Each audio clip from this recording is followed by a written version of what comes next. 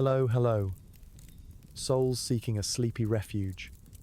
A very warm welcome to our humble little corner of tranquility and peculiar narratives. If this is your first visit to our little club of warm listeners, or those who simply appreciate a good story before drifting off, make yourselves comfortable. Find that position that makes your bones say, "Thank you." Adjust your pillows. And if, by the end of our journey today, you feel we've done a good job of cocooning your thoughts, leave that like of yours so we know you enjoyed the company. For our esteemed veterans, you already know the liturgy. Breathe deeply, release the tethers of the day, and prepare yourselves. By the way, a curiosity that always occurs to me. From what corner of this world are you? And what time is it there? Let me know in the comments. It's always a pleasure to know how far our stories travel. And tonight, my dears, prepare yourselves, for we will accompany your hesitant, and perhaps slightly desperate, steps towards a golden opportunity that might very well turn out to be a beautiful, gilded cage.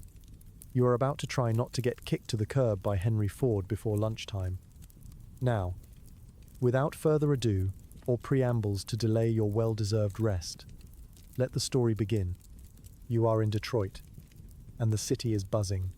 It's not an ordinary fever, the kind you cure with tea and rest. It's the fever of progress, of noise, of smoke, and above all, of money. Or, at least, the promise of it. And at the heart of all this bubbling, like a sun of metal and ambition, is the Ford Motor Company. The name is a kind of mantra on the streets, whispered with a mixture of admiration, envy, and, for the more experienced, a dash of caution. They say, Mr. Ford pays $5 a day. $5. In an era when that sum could support a family with a certain, let's say, budgetary breathing room, or buy a truly impressive amount of pickles. It sounds like the winning ticket in life's lottery. And that's why you're here, in line. A line that snakes down the street like a famished anaconda, composed of faces of all colors and origins, all with the same expression of cautious hope and the same subtle smell of mothballs from their Sunday best. Some converse in low voices, exchanging stories of hardship or dreams of prosperity. Others just stare ahead, fixed on the factory gate, as if it were the entrance to the promised land, or perhaps to a particularly well-organized hell. You try to look confident, but your hands are sweating a bit inside your pockets. After all, what do you really know about automobiles? That they're noisy, scare the horses, and apparently can turn an ordinary man into a minor industrial baron. Sufficient knowledge, you suppose. The wait is long. A kind of administrative purgatory where time seems to stretch and shrink according to the mood of the guards or the speed with which forms are filled out inside. You overhear fragments of conversations. They say he's a genius. One murmurs. Heard he even times your bathroom breaks, retorts another. With a nervousness he tries to disguise as a joke. The figure of Henry Ford hovers over everyone, invisible yet omnipresent, like an industrial god with an impeccable mustache and firm opinions on absolutely everything. Finally, after what feels like a small eternity, enough time for you to contemplate your life choices, question the very existence of shoelaces, and maybe even doze off on your feet for a few seconds. It's your turn. The inside of the hiring office is surprisingly beige, functional to the extreme, as if the very idea of decoration was an affront to efficiency. A man with a tired gaze, who looks like he's seen more shattered dreams than a cheap hotel pillow, hands you a clipboard with a form.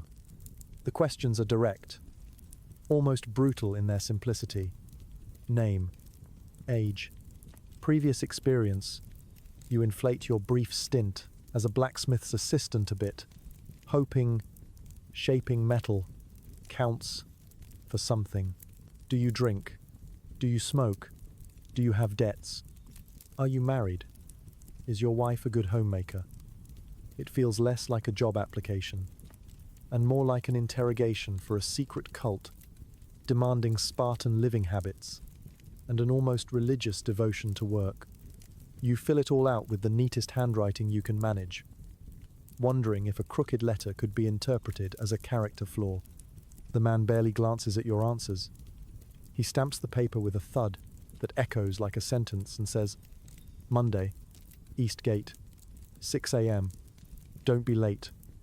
And that's it. No words of welcome, no pat on the back, no instruction manual on how to survive your new boss. Just an order, and the feeling that you've just sold your soul for $5 a day, and the promise of not being trampled by the gears of progress. You almost ask if there's a uniform, or perhaps a helmet with noise-cancelling earmuffs. But the employee's vacant stare suggests that questions are an unnecessary luxury. You leave, a little dazed, the hiring paper in your hand, feeling like both a trophy and a summons. Outside, the sun seems brighter, or maybe it's just the relief. You made it. You're in. Now all that's left is the small matter of, well, everything else. On the way home, or rather, to the modest rented room that now feels like a temporary palace, you pass by the immense structure of the Highland Park factory again. It's a fortress of brick and glass, pulsating with an almost living energy. Chimneys expel smoke like industrial dragons, and from the dusty windows escapes a constant noise, a rhythmic metallic clang that is the soundtrack of the new era. It's intimidating, no doubt. A city within a city, with its own laws, its own gods, and apparently its own system of moral surveillance. You see men coming off their shift, covered in grease and soot, their shoulders stooped with fatigue, but walking with a kind of stubborn pride. They don't smile much, but their steps are firm. They are the soldiers of this new war, the war against inefficiency, against wasted time, against anything Mr. Ford considered an obstacle to mass production. You wonder if you'll soon have that same look, that mix of exhaustion and belonging. Arriving in your room, you unfold the hiring paper. There's fine print, of course. There's always fine print. Things about conduct, about the company's authority, about the possibility of being dismissed at any time, for practically any reason. Clauses that would make a modern lawyer have a nervous breakdown, followed by a hysterical laugh. But, for the moment, you're focused on the $5, and on the hope, however faint and a little battered by the cold bureaucracy, that this truly is an opportunity. You still have that spark, that naivety of one who believes that hard work and a bit of luck can indeed change your life. Poor devil. I mean, what admirable optimism. You put the paper away carefully, as if it were a treasure map. The treasure, in this case, being the ability to pay rent, and maybe eat something other than bread and water for the next few months. The city's hubbub outside seems a little less threatening now, a little more like a promise. You're employed. At Ford. The name still has a magical weight. As night falls over Detroit, bringing with it the smell of burnt coal and the distant metallic melody of the factory that never sleeps, you try to imagine what your first day will be like. Probably noisy. Probably confusing. Probably exhausting.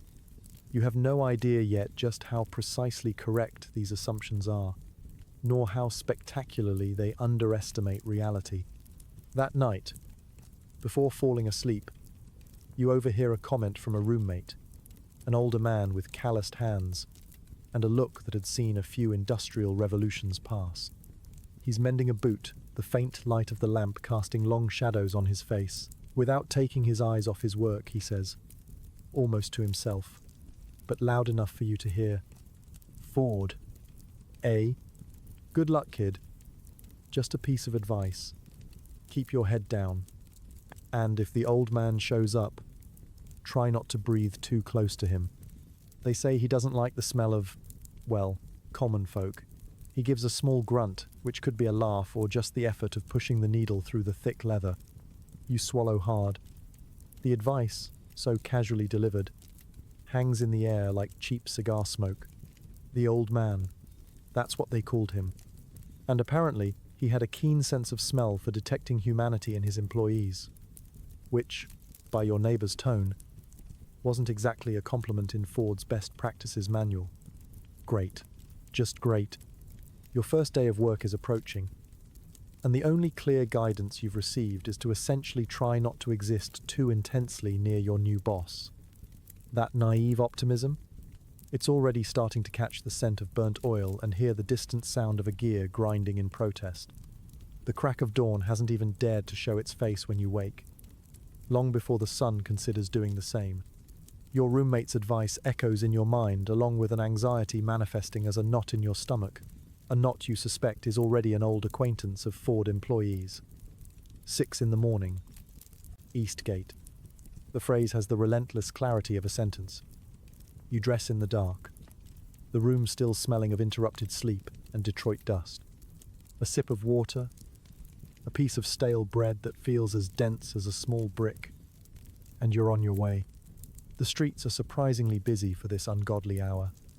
Rivers of men, all with the same grim, hurried expression, flow towards the great brick fortress. It looks like a pilgrimage.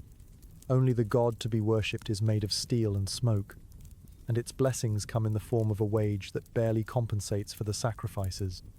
The East Gate is a whirlwind of humanity and hissing steam from the locomotives entering and exiting the factory yards. You find your name on a crumpled list tacked to a wall, alongside dozens of others, and are directed by a guard with the patience of a bored executioner to what he calls, with a total lack of irony, the reception. The reception is a vast, noisy, and frigid shed, where the smell of rancid oil and cold metal is already beginning to cling to your clothes and nostrils, probably never to leave. A foreman with a clipboard and the expression of someone who swallowed a whole lemon and didn't like it, shouts names and assigns posts. Your name sounds strange coming from his mouth, almost an accusation. You are shoved, along with a group of other wide-eyed rookies, into the heart of the beast. And then you see it, or rather, you feel it. The line. The legendary assembly line. It's a monster. A metal dragon stretching as far as the eye can see, snaking through the cavernous factory hall under pale, flickering lighting that makes everything look like an industrial nightmare. Gears grind, chains snap, pistons hiss, and a million other metallic sounds merge into a deafening, constant roar that vibrates in your chest and makes your teeth want to chatter. It's the sound of progress, you suppose, or perhaps just the sound of your sanity beginning to crumble. Men, hundreds of them, line this mechanical creature, each bound to a specific task, repeating it with a speed and precision that seem inhuman. They don't look sideways. Their faces are masks of concentration or profound boredom, sweat trickling down furrowed brows, muscles tense under grease-stained shirts. Your post is, well, it's a post, a small space between two sweaty giants who don't say a word to you, not even a glance of acknowledgement. Your task, explained in under 30 seconds by a supervisor who seems to be speaking in code and gesturing with the impatience of someone teaching a monkey to use cutlery, is to tighten 3 bolts. 3 specific bolts on a metal piece that slides in front of you on a conveyor belt. The piece arrives. You have a few seconds to locate the holes, fit the tool, tighten the bolts. Not too tight, not too loose, and then the piece is gone, immediately replaced by another, identical one, and another, and another, and another, in an endless flow that seems to have been conceived by Sisyphus himself. If Sisyphus had a fetish for mass production, the first few minutes are a blur of panic and discoordination. The tool feels alien in your hand, the bolt stubborn, and the belt waits for no one. You miss one, fumble the next. The pressure is immediate.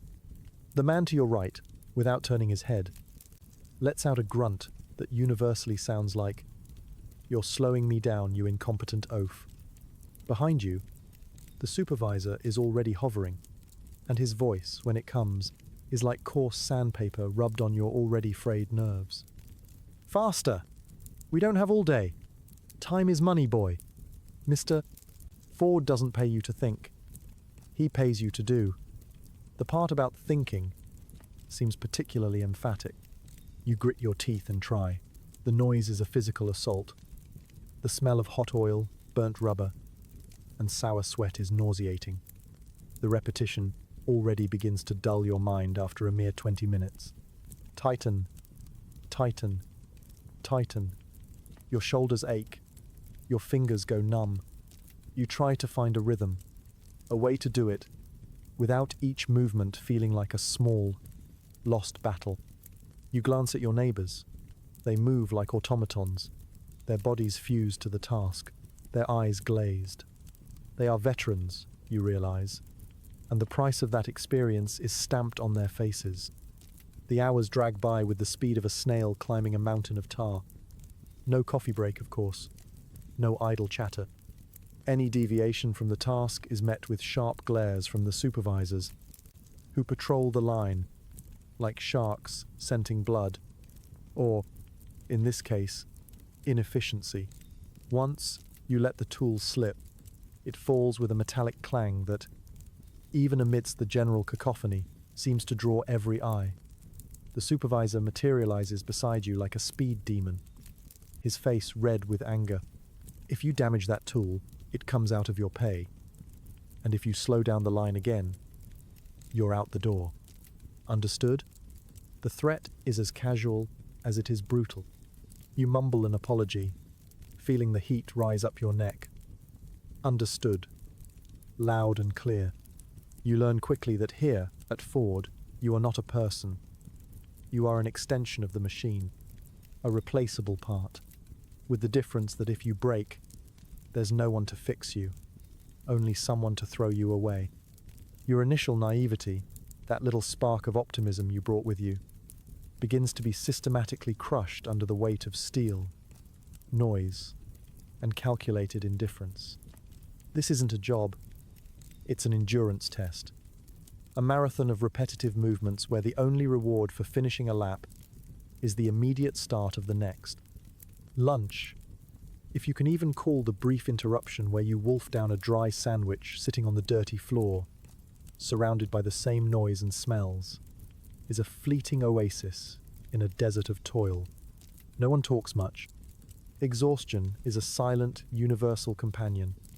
Some men eat with their eyes closed, as if trying to conserve even the energy of looking. Others stare into nothingness, their minds apparently as empty as their stomachs will soon be again. You try to strike up a conversation with the man working to your left, a thin fellow with a mustache that looks like it's trying to escape his face. You ask how long he's been there. He chews his bread for a moment, then says, without emotion, "Too long to count, long enough to forget what the sun looks like," and he goes back to eating, ending the subject. Poetic and depressing. A combination you suspect is quite common around here. The afternoon is a carbon copy of the morning.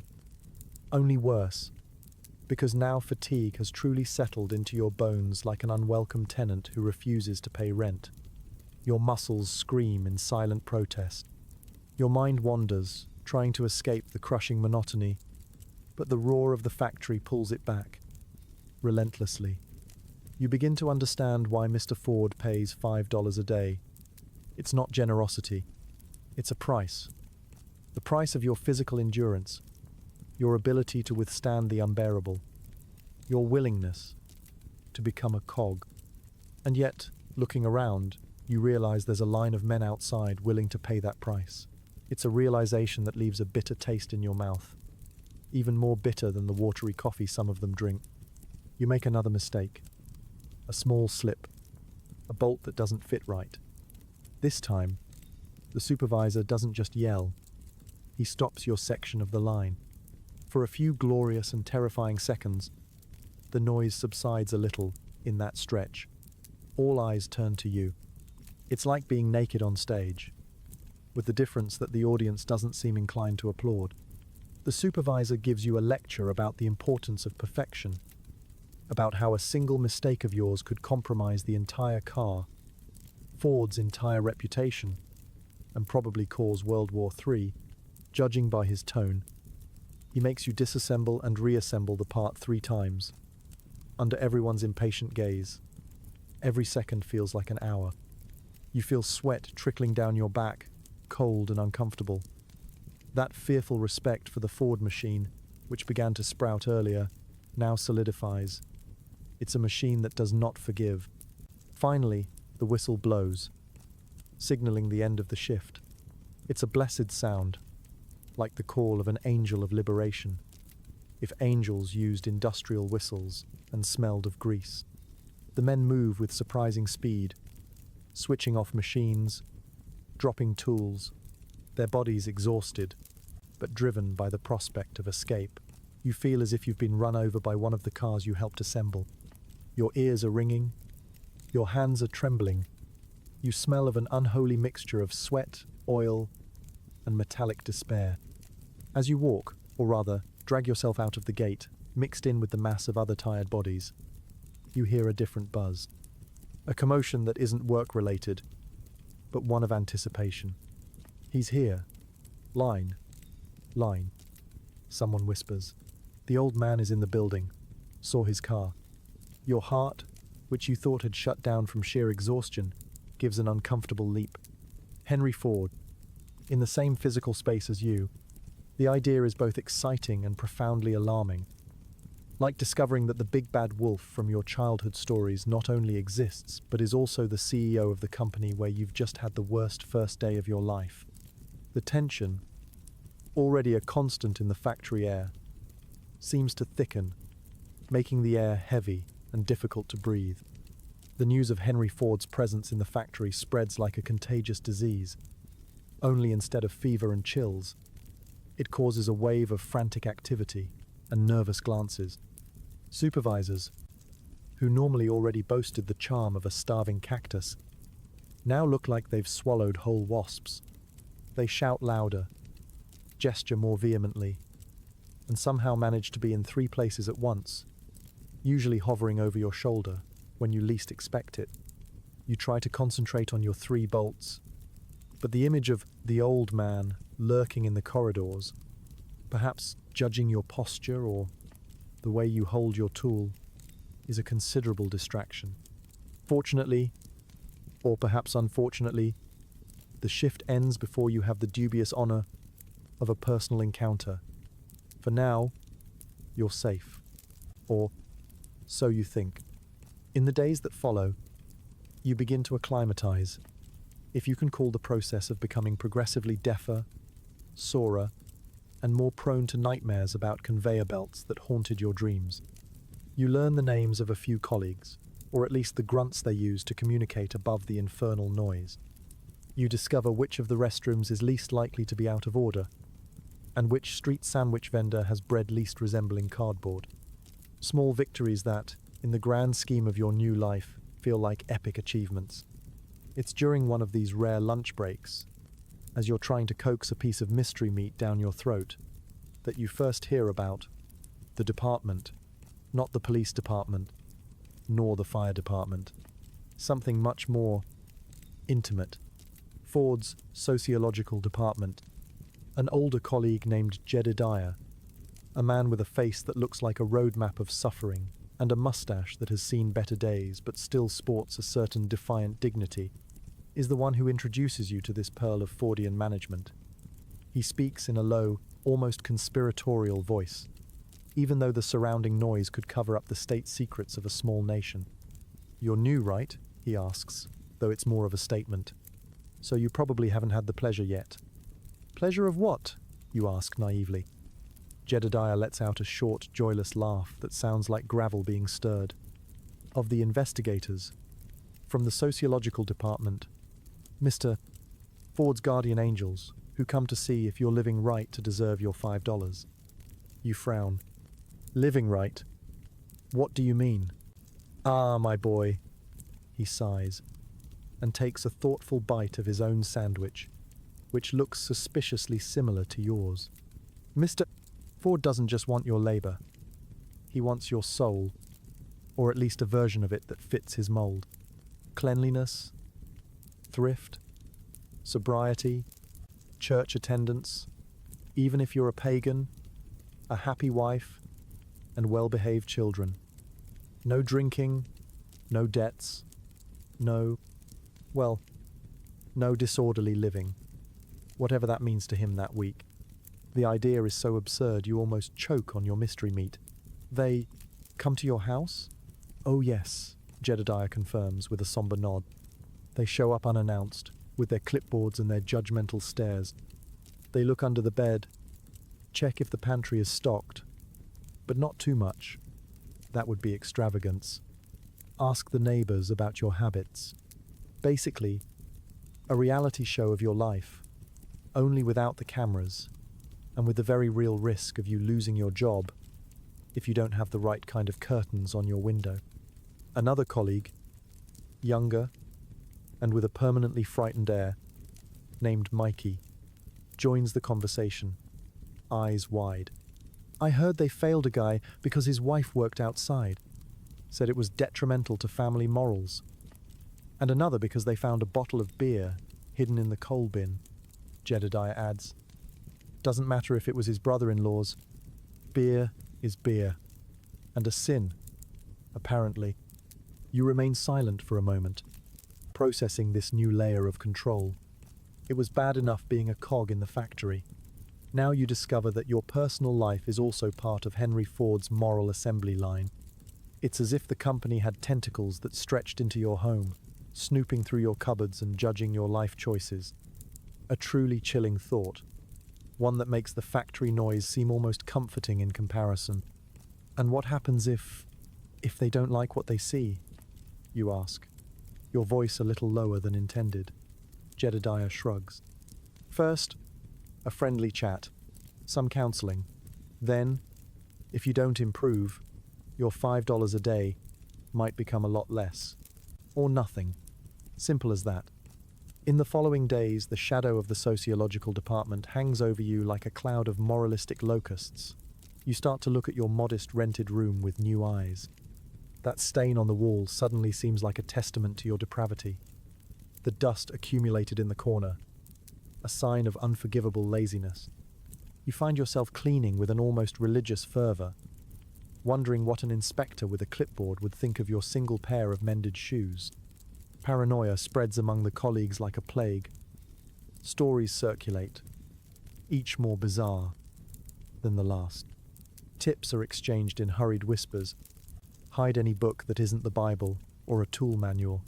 If they ask, say your hobby is gardening, even if you live in a basement. Always keep a jar of pickles in sight.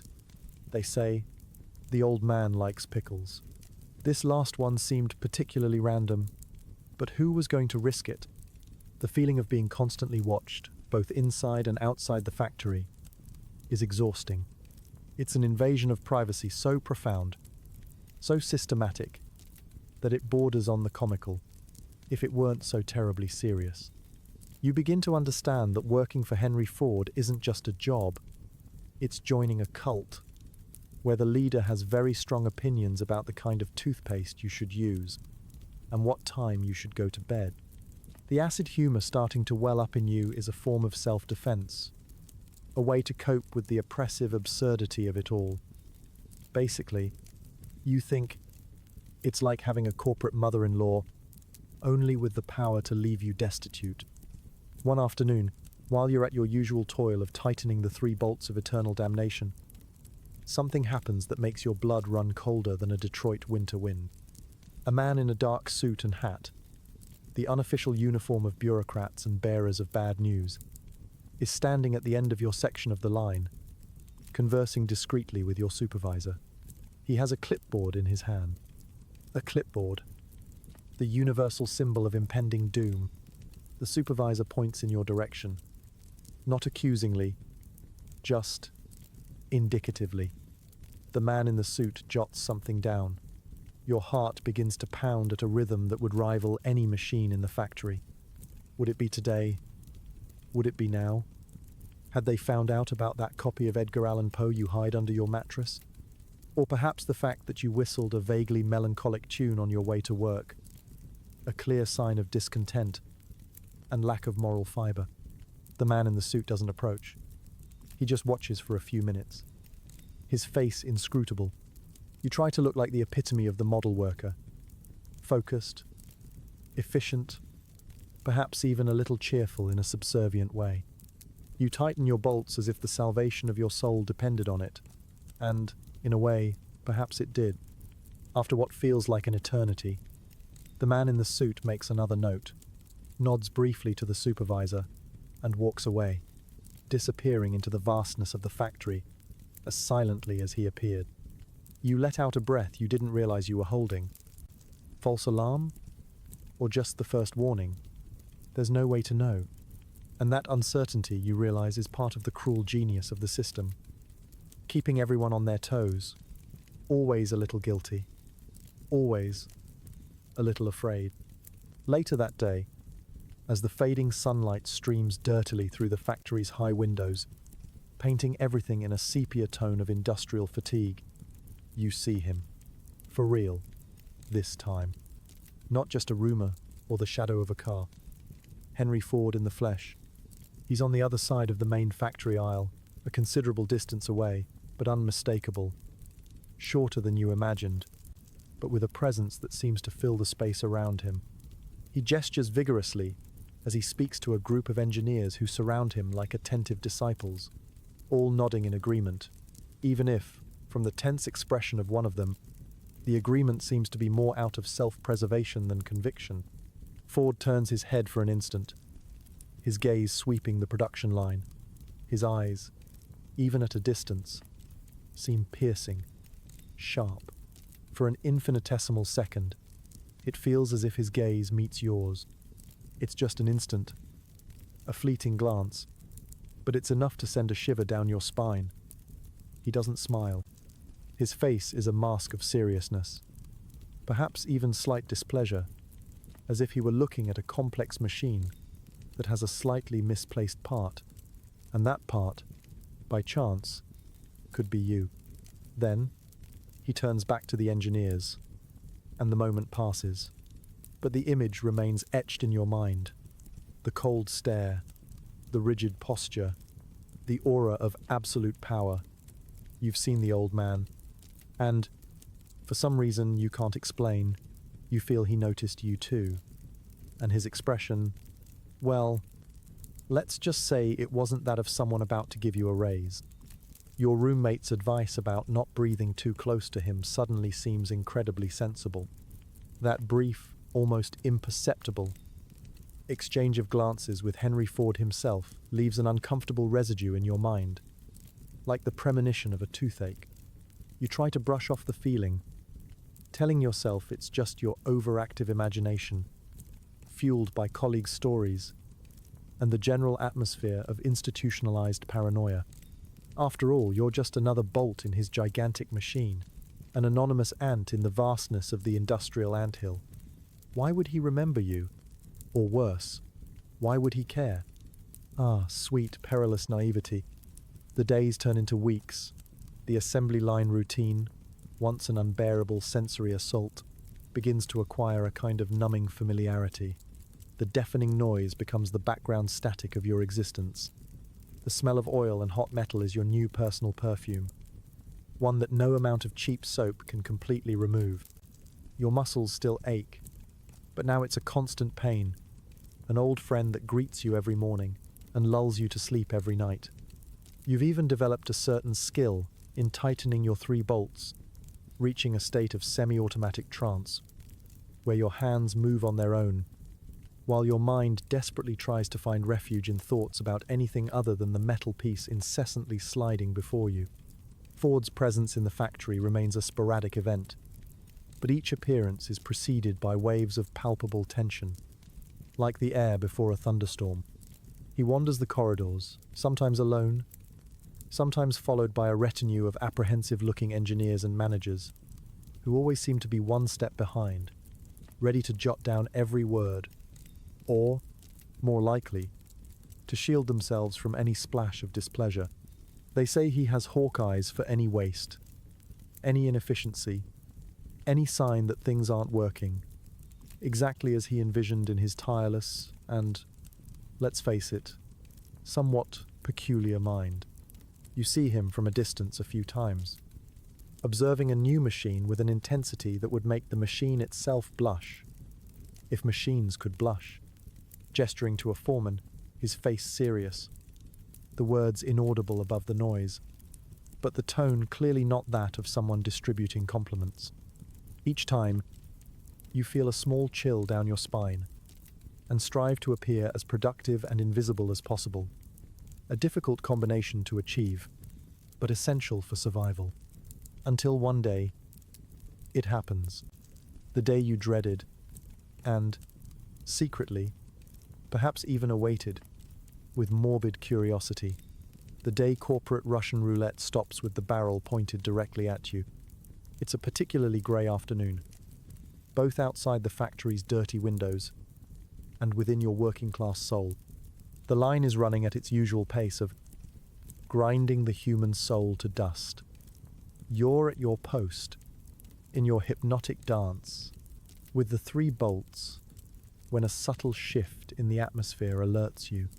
The noise around you seems to diminish slightly, not because the machines have stopped, but because the men have. The whispered conversations cease. Gazes fix on some point behind you. It's the kind of charged silence that precedes the arrival of an alpha predator, or, in this case, the alpha predator of the automotive industry. You don't need to turn around to know. You feel it. The temperature seems to drop a few degrees. Your supervisor, a normally burly and boisterous man named Frank, who has the finesse of a runaway tractor, suddenly seems to shrink and tries to merge with the nearest wall. Then, you hear the footsteps, calm, deliberate, but with a weight that seems to make the concrete floor tremble slightly, and a voice not loud, but with a timbre that cuts through the residual factory noise like a sharp knife. This station. Stop here. Your heart leaps and seems to try to escape through your throat. Your hands, which seconds ago moved with the precision of a trained automaton, suddenly become clammy and clumsy. Slowly, very slowly, you turn, and there he is, Henry Ford, a few feet away from you. He is exactly as in the photos and your previous glimpses. His hair already greying but neatly combed, the characteristic mustache, the immaculate suit that seems immune to the dirt and grease permeating the rest of the factory. But what's most striking are the eyes, blue, piercing, and with an intensity that seems to see right through you, your organs, and directly to your list of sins and inefficiencies. He isn't looking at you yet. He's examining your workstation, the flow of parts on the conveyor, your tools arranged, you hope, in an orderly fashion. The silence around is almost total now. You can hear your own breathing, which suddenly sounds dangerously loud. You remember your roommate's advice. Try not to breathe too close to him. Too late. Supervisor Frank, who has reappeared, as if by magic beside Ford, is stammering something about the section's production numbers. But Ford cuts him off with a slight wave of his hand, without taking his eyes off your work area. Then, those eyes fix on you. It's like being caught in the headlights of a runaway train. You want to look away. You want to disappear. You want the floor to open up and swallow you. But you stand there, paralyzed, trying to maintain a neutral expression that probably makes you look like a constipated fool. You, Ford says, his voice still calm, but with a hint of impatience. What's your name? You swallow hard. Your own voice seems to have taken an unpaid vacation. It is, sir. It came out more like a squeak. Ford narrows his eyes slightly. How long have you been at this station? A few weeks, sir. Weeks that felt like decades. He takes a step closer. You can smell the faint scent of expensive cologne and, perhaps, of pure, relentless determination. He points to the metal piece that has just arrived in front of you. This piece, What's wrong with it? You look at the piece. It looks like all the other thousands of pieces that have passed through your hands. You examine it frantically. Is there a scratch? A burr? Is it crooked? Your mind panics. Is it a test? A trick question? I don't know, sir. It looks normal. Ford makes a small sound. Something between a sigh and a grunt. Normal isn't good enough. Look again. He leans in, and for a terrifying moment, you think he's going to grab the piece and rub it in your nose. Instead, he points to one of the holes where you're supposed to insert a bolt. This hole, it's 1/1000th of an inch off center. 1/1000th. You didn't see it? 1/1000th of an inch? You can barely tell the difference between a centimeter and an inch without your imaginary glasses. How on earth did he? I apologize, sir. I didn't lie. I lie. Light, recalled. Light. Apologies don't fix cars. He cuts in, his voice rising a notch, the calmness beginning to fray. Apologies don't increase production. Apologies don't move America forward. What moves America forward is precision, attention to detail, the relentless pursuit of perfection. He's almost preaching now, and you get the feeling you're not the only target of the sermon. The other workers around, who had been trying to look invisible, are now definitely cowering. If every one of you, he continues, his gaze sweeping the line, lets 1/1000th of an inch mistake pass, by the end of this line, we'll have a car that's a collection of errors, a car that will break down, a car that will tarnish the Ford name. The word Ford is spoken with almost religious reverence. He turns back to you. The silence is so thick you could cut it with one of your tools, if you had the courage to pick it up now. Your shoes, he says, suddenly. My shoes, sir? You stammer, looking down at your own feet as if you've never seen them before. They're old, worn, but clean. What's wrong with them? Yes, your shoes. Where did you buy them? This question is so unexpected your brain seems to tie itself in a knot. At Mr. Henderson's store. On Main Street, sir. Ford grimaces. Henderson. Is he still selling that shoddy, poorly tanned leather junk? Your feet are the foundation of your work. If your feet aren't comfortable, how can you stand firm and be productive for 10 hours? You need better shoes. Shoes with good support. Shoes made to last. He pauses, as if considering something. Perhaps we should open our own shoe factory. Ford shoes. For the Ford worker. Not. You don't know what to say.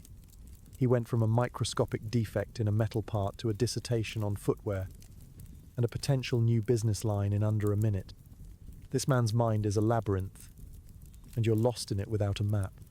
Pay attention, he says, his voice returning to a calmer, yet still firm tone. I don't tolerate waste. Waste of material. Waste of time. Waste of potential. I want every man in this factory to be the best he can be. I want every part to be perfect. Understood? Yes, sir. Understood. You managed to say, your voice still a bit shaky. He stares at you for another moment, those blue eyes scrutinizing your soul. Then, he turns and continues his walk down the line, the retinue of managers hurrying to keep up, leaving behind a trail of shocked silence and the faint smell of cologne. You stand there, your knees a bit weak, your heart still pounding. You survived. Barely. But you survived. For 5 minutes, which felt like 5 years, you were under the microscope of the genius, the tyrant, the man who was changing the world, one bolt, and apparently one shoe, at a time. And the experience, though terrifying, was strangely invigorating. You had a glimpse, however tiny and frightening, into the mind behind the empire. A mind obsessed with detail, driven by a relentless vision, and with a disconcerting ability to jump from one subject to another, like an intellectual grasshopper. Supervisor Frank approaches, relief etched on his face. Boy, you're lucky. Could have been worse. Much worse. He gives you an awkward pat on the shoulder. Now get back to work. And for God's sake, check those holes. You get back to work. But something has changed. The fear is still there, but now mixed with a kind of reluctant respect and an even greater dread. You don't just work for Henry Ford. You've met him. And, somehow, that makes everything even more complicated and dangerous. As you tighten your bolts, you can't help but wonder, what will his next bright idea be? And will you be in its path when it emerges? Judging by your luck so far, the answer is probably a resounding and worrying yes. If you thought the encounter about thousandth of an inch holes and the questionable quality of your shoes was the peak of Henry Ford's eccentricity, oh, my dear friend in misfortune, you were about to discover that was merely the appetizer, the main course in the banquet of suggestions that aren't quite suggestions, but which you'd better follow if you value your job and, possibly, your neighborhood reputation, was yet to come.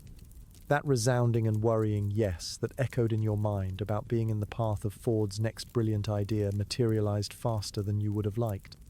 It wasn't long before the tentacles of the Fordian philosophy of life and work extended beyond mechanical precision and the quality of your footwear, reaching spheres of your existence that you, in your innocence, still considered yours.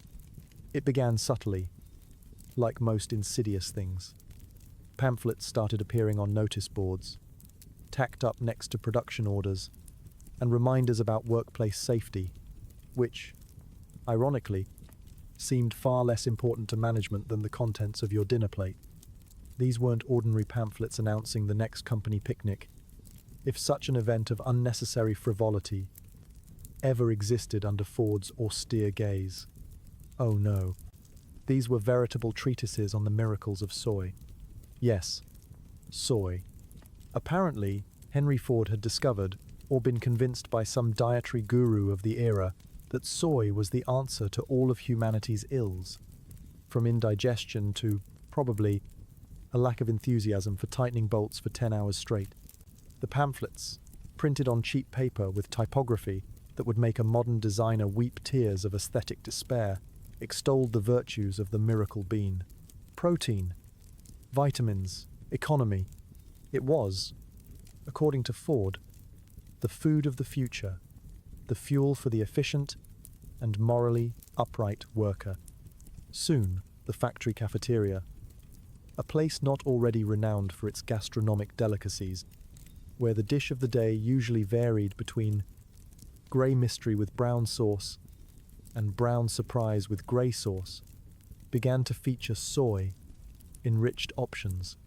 Soy bread, which had the texture of a slightly damp brick and the taste of well-intentioned cardboard. Soy milk, a whitish and somewhat suspicious beverage that made cow's milk look like the nectar of the gods.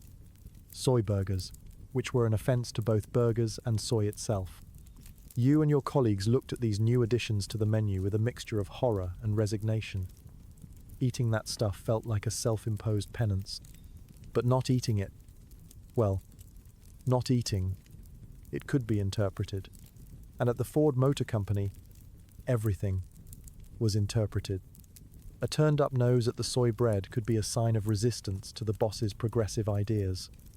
A sarcastic comment about the soy milk, proof of your lack of appreciation for health and economy, and you already knew what happened to those who didn't fit the mold. Jedediah, your philosophically mustachioed neighbor on the assembly line, summed up the situation with his usual weary wisdom. First, they control what you do. Then, what you think. Now, what you eat. Pretty soon, they'll want to dictate the color of our underwear. He took a resigned bite of his sandwich, which that day contained a suspiciously pale slice of what was being called soy ham. It looked more like an insult to Ham, but Ford's crusade for the well-being, or what he considered well-being, of his employees didn't stop at the stomach. Oh no. It extended to the body and spirit. Suddenly, invitations appeared, which carried the weight of a royal summons, to folk dance balls, promoted by Henry Ford himself and his wife, Clara. Apparently, the old man had a passion for old-time dances, like square dances, waltzes, and polkas, which he considered healthier and more morally uplifting than the decadent dances of modern youth, like jazz and the Charleston, which probably, in his mind, led directly to laziness, communism, and the improper use of tools. So, there you were, after 10 hours of being ground down by the assembly line, your muscles burning and your soul begging for a dark corner and silence, being encouraged to attend a stuffy hall to hop around awkwardly to the sound of an out-of-tune violin, while Henry Ford himself observed everything with a smile that didn't reach his eyes, probably assessing your enthusiasm and motor coordination as yet another indicator of your suitability as an employee. You tried to hide in the back, but the supervisors, acting like overzealous chaperones, circulated, ensuring everyone was actively participating in the communal joy. It was a surreal nightmare, a kind of morality field day where the prize was simply keeping your job for another week. The suggestions infiltrated every aspect of life. Pamphlets about the dangers of alcohol and tobacco. These, to be fair, even made some sense, though the way they were presented made it seem like a single sip of beer would turn you into a depraved monster. Incentives for gardening, even if your garden was a cracked pot on your rented room's windowsill. Advice on how to save money, how to raise children, how to be a good Ford citizen. It was constant tutelage, an attempt at mass social engineering, with you and your colleagues as the somewhat reluctant guinea pigs. The absurdity of the situation reached comical levels, if it weren't so oppressive. You found yourself hiding a cheap novel, as if it were contraband, or practicing poker steps in your tiny room, afraid of making a fool of yourself at the next forced ball. The line between your professional and personal life didn't just blur, it was actively dynamited by your boss's omnipresent philosophy. You tried to maintain a minimum of autonomy, a small corner of your mind that was still just yours, but it was a constant battle. It was like trying to hold back the tide with a fork. Some colleagues tried passive resistance. Others embraced the new order with a fervor bordering on fanaticism, hoping to score points with the management. Most, like you, just tried to navigate the turbulent waters, smiling and nodding when necessary, while inwardly wondering if the whole world had gone mad, or if it was just the particular microclimate of the Ford Motor Company. One day, Mikey, the younger, frightened-looking colleague, showed up for work with his hair combed differently, more tidy, and with an uncharacteristic sparkle in his eyes.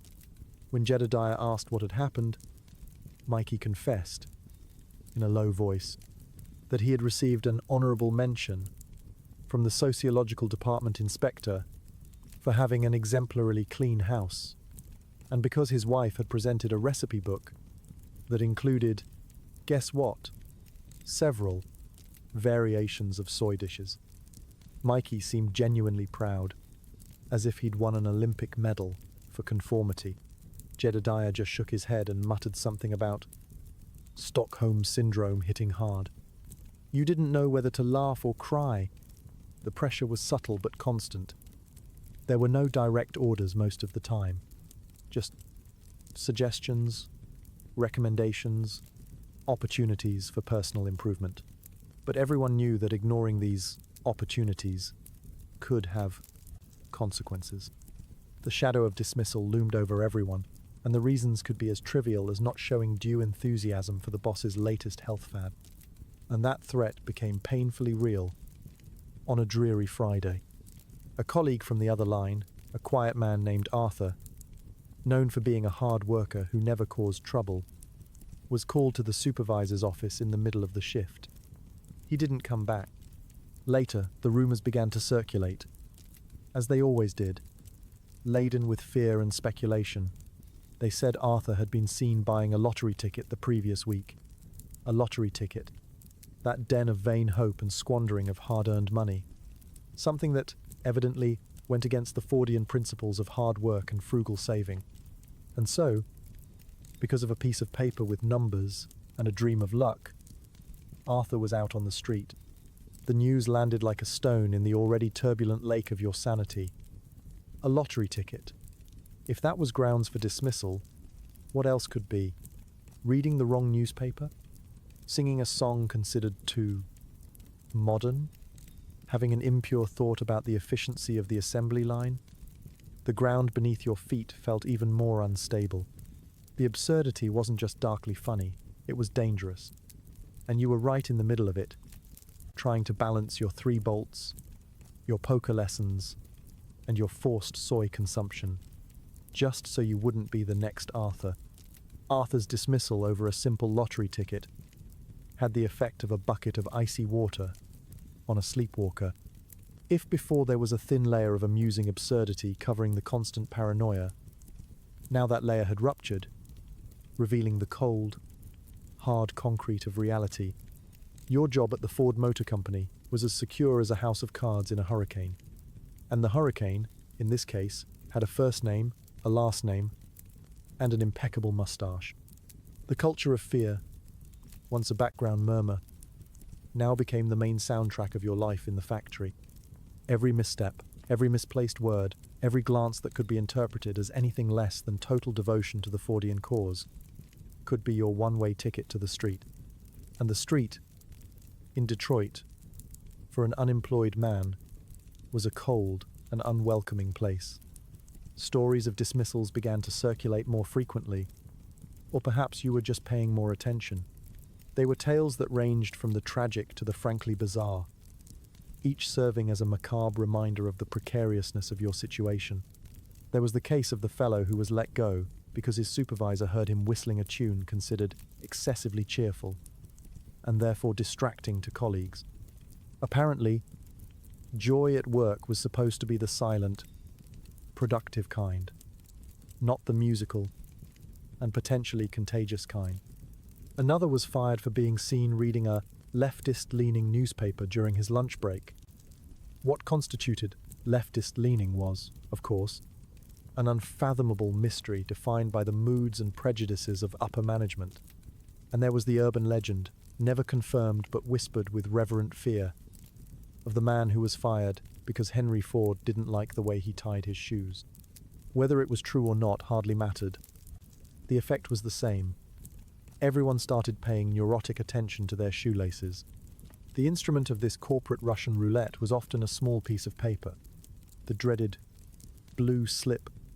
It wasn't literally blue, most of the time, a detail that only added to the cruelty of the thing, like an inside joke from management. But its function was the same, a formal and unceremonious invitation to join the growing ranks of ex-employees. The arrival of a foreman with one of these envelopes in hand was enough to freeze the blood in the veins of an entire section. Everyone held their breath, eyes fixed on the paper, praying the name on it wasn't theirs. It was a macabre ritual, a kind of daily harvest, where the angel of death wore a bowler hat and had a stopwatch in his pocket. You saw men receive the slip. Some turned pale, others red with suppressed anger. Some simply lowered their heads, resignation etched on their faces like a tattoo of hopelessness. There were no arguments, no appeals. The decision was final, irrevocable. In a matter of minutes, a man who was your workmate, with whom you might have shared a soy sandwich or a look of silent desperation, would simply disappear. His workstation would be empty for a brief period, a small vacuum in the production line, before being filled by a new, eager face from the endless queue of applicants outside. It was a brutal demonstration of your replaceability. You weren't a person, remember? You were a part. And defective parts, or simply parts the boss decided he no longer liked, were discarded without sentimentality. The impact on the morale of those who remained was corrosive. Camaraderie, already fragile, in such a competitive and oppressive environment, became even more strained. Who would be next? The question hung in the air like the smell of burnt oil, constant and sickening. Some tried to protect themselves by becoming invisible, working with almost robotic diligence, avoiding any unnecessary eye contact, any word that could be misinterpreted.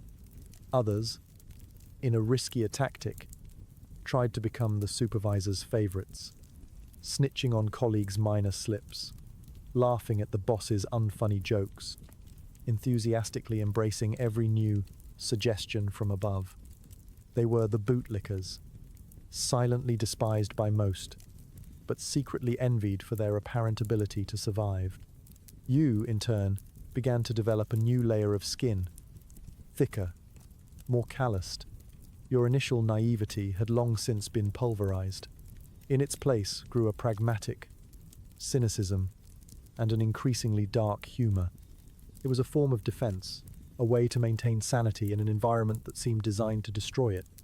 You learned the art of looking busy, even when there was nothing to do, an essential skill in any bureaucracy, but elevated to a new level at Ford.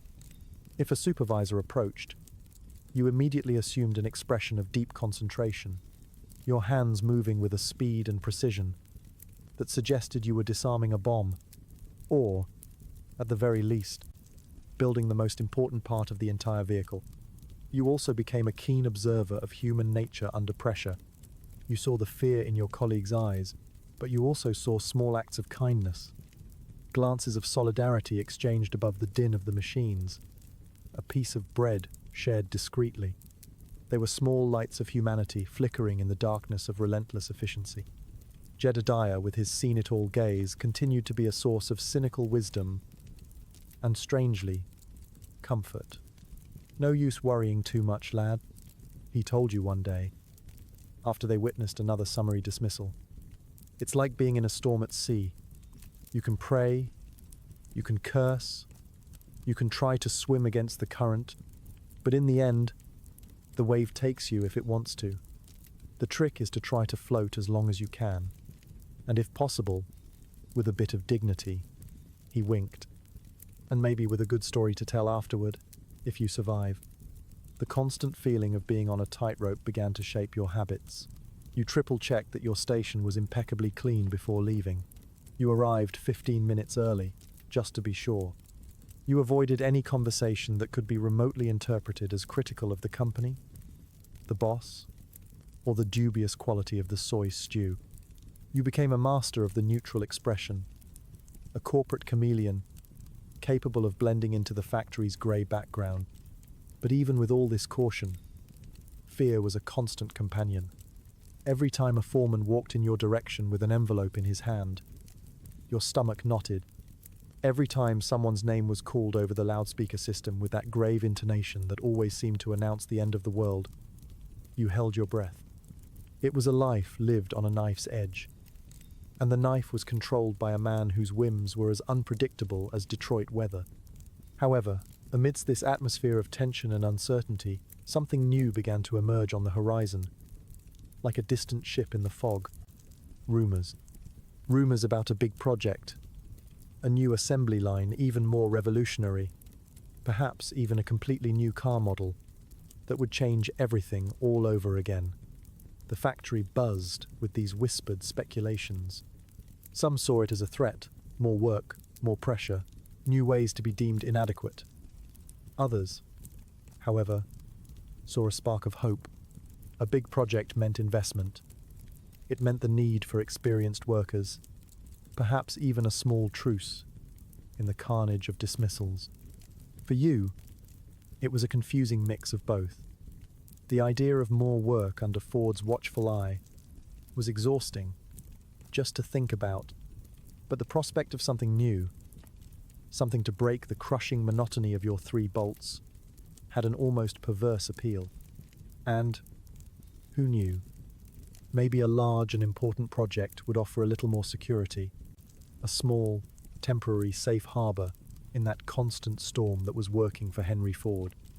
Hope, that stubborn weed, insisted on sprouting even in the most arid and hostile soil. The rumors about the big project buzzed for weeks, fueling both hope and anxiety in equal measure. Some said it would be a new factory, even larger and more efficient. Others wagered on a revolutionary engine that would make current models look like carts pulled by asthmatic ponies. There were even those who swore Ford was secretly building a flying automobile, powered by soy and good intentions. Imagination, as we know, flourishes in environments where official information is scarce and everyday reality is somewhat oppressive. You tried not to get carried away by the speculation, but it was difficult. The monotony of your 3 bolts became even more unbearable, with the possibility of something new, something different. Anything to break the endless cycle of metal, noise, and the persistent smell of oil that seemed to have become part of your DNA. And then, one day, the fog of rumors began to dissipate, revealing more concrete outlines. It wasn't a flying car, to the disappointment of some dreamers, and the relief of those who already had enough trouble keeping 4 tires on the ground. But it was something big, something that sent a shiver through the factory corridors, from the executive offices to the humblest post on the assembly line. The Model A. The name itself was a statement. After years and years of producing the Model T, that icon of stubborn simplicity and single color, black, always black, because it dried faster and missed a point, Ford had no patience for chromatic frivolities. The company was finally moving. The world outside was changing. Competition was offering cars with more, well, with more everything. And even Henry Ford, in his fortress of unshakable convictions, had to admit, albeit grumbling and probably blaming the moral decay of society, that it was time for an update. The transition, like everything involving the old man, was neither smooth nor particularly democratic. Rumor had it, and reliable sources too, just more quietly, that the decision to finally retire the Model T and launch a successor was the result of an epic battle between Henry and his son, Edsel, who had slightly more, let's say, contemporary ideas about design and the market. But once Ford was convinced of something, or was convinced, even if he never admitted it, the machine moved with impressive force and speed. And it was there, in this whirlwind of change and forced innovation, that you caught a glimpse, albeit fleetingly, and through a crack in the back door, of the genius that, despite all the eccentricities and casual tyranny, made Henry Ford a historical figure. Your section of the line wasn't immediately assigned to the new Model A. You were still churning out the last Model Ts, as if the factory were reluctantly bidding farewell to a stubborn old friend. But the changes were everywhere. New machines began to arrive, larger, more complex, with an air of mystery and a promise of even more relentless efficiency. Engineers with clipboards and feverish gazes circulated like worker bees, measuring, adjusting, discussing tolerances and workflows in low voices. There was a different energy in the air, a mixture of nervous excitement and the usual fear of not being up to the challenge. One day, your section was summoned for training. The word itself was already suspicious. Training usually meant more work disguised as a learning opportunity. But this time, it was different. You were taken to a newly renovated area of the factory where a new assembly line was being installed, specifically dedicated to a component of the Model A chassis. And there, amidst the organized chaos of boxes, tools, and the smell of fresh paint, was him, Henry Ford, without his usual retinue, wearing overalls over his suit, a sight in itself worthy of note, examining a new type of hydraulic press with the intensity of a surgeon about to perform a delicate operation. He wasn't shouting. He wasn't pontificating about the morality of shoelaces. He was explaining. To a group of workers and some younger engineers, he demonstrated how the machine worked. His hands, surprisingly agile and knowledgeable, moving over the levers and gears. He spoke about the importance of this new press in reducing the number of steps in molding the part, about how it would save time, material, and consequently, money, the Fordian Holy Trinity. There was a passion in his voice, a spark in his eyes you hadn't seen before. It wasn't the fury of the contradicted boss, nor the condescension of the know-it-all. It was the genuine enthusiasm of the inventor, the builder, the man who saw the world as a set of problems to be solved with ingenuity and metal. For a moment, you almost forgot that this was the same man who had terrified you over a thousandth of an inch hole. Of course, his old nature wasn't long in showing itself, when a young engineer suggested a modification that, in his view, could further optimize the process. Ford shot him a death stare and grumbled something about theorists who've never gotten their hands dirty, and how the best is the enemy of the good and the fast. The idea was dismissed before it was even fully articulated. Some things, it seemed, never changed. But still, that glimpse stayed with you. Ford's ability to think in terms of systems, to visualize entire processes, to identify bottlenecks and seek solutions, even if his solutions were sometimes more stubborn than practical, was undeniable. He was obsessed with efficiency, yes, but it was an obsession that, in its best moments, drove real innovation. You and your colleagues were assigned to learn how to operate a new welding machine, part of the Model A line. It was more complex than anything you had ever worked with, requiring more precision, more attention.